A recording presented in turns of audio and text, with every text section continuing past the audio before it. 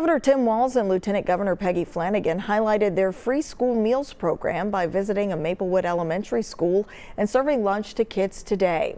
The state leaders also spoke about the program's impact. Here's a look. To the legislators who are here, I can't thank you enough. The agenda last year was about making Minnesota the best place in the country for children and families to live.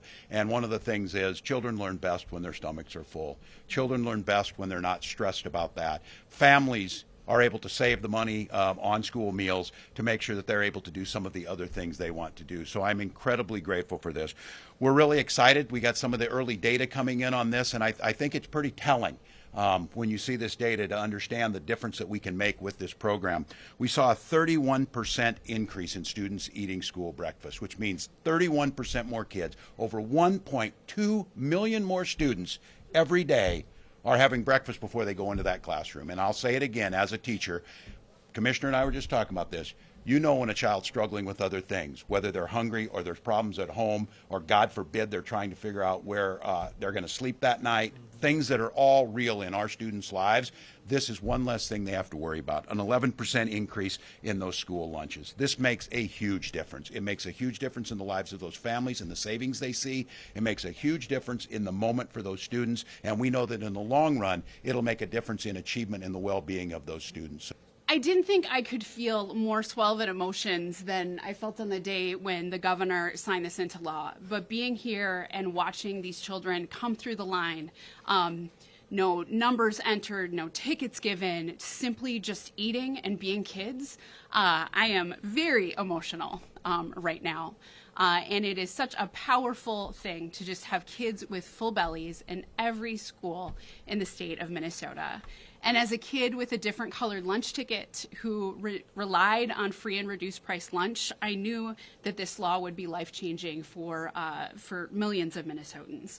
But seeing the impact in the lunchroom today and analyzing the data thus far affirmed what we just simply knew to be true, what the legislature knew to be true, what advocates knew to be true. Minnesota is a better and a healthier state because of free school meals. Full stop. The first month of Minnesota's free school meals program saw 1.2 million more breakfasts and 1.1 million more lunches served to students than at the same time period in 2022. That's 2.3 million total meals that many kids were simply skipping last year. That's millions of dollars back in the pockets of families put towards rent and health care, utility bills, other needs, and just the fun activities. And what happens when kids get fed? They succeed in and outside of the classroom. Kids can't learn and grow and thrive when they have empty bellies. Feeding kids is the smartest way that we can invest in the future of our state, and that's exactly what we're doing. And it's been inspiring to visit lunchrooms across the state over the past year to hear and really see the dedication and commitment that schools have to serving healthy, nutritious meals, culturally diverse meals, farm-to-school-based meals, and just anecdotally hearing from school leaders who have said kids are missing fewer days of school, achievement is up, attention is up, and they are really just seeing a difference. It's one thing, to just feed kids, but to teach them about nutrition and to watch them actually enjoy the foods that they're eating is another. There's a picture in my office of my mom and me. I probably was, like 7 or 8, and I keep that in my office just as a reminder of what she sacrificed for me and the parent that you heard of who didn't eat.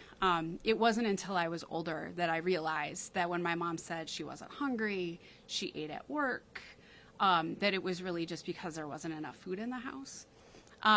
So for folks who talk about if it's means testing or the shame and the stigma, it's just not worth it. We should simply be willing to feed children. I don't understand it. I hope I never understand it because just seeing the humanity in our children and our families and communities, that should just be enough to want to invest in them. And I want to bring us back to Maple Lake Elementary School, where the governor and I first proposed this initiative. When a social worker pulled me aside, and she had tears in her eyes, and she said, on one of my home visits, there was a family, the children were eating crayons because there wasn't enough food in the house. And so that was the fuel for me and for the governor in making sure that we got this done. It is unacceptable that our food insecure families have to have children who eat crayons and can't just, we should all just know that this is something that we agree on as Minnesotans. We're just gonna feed kids,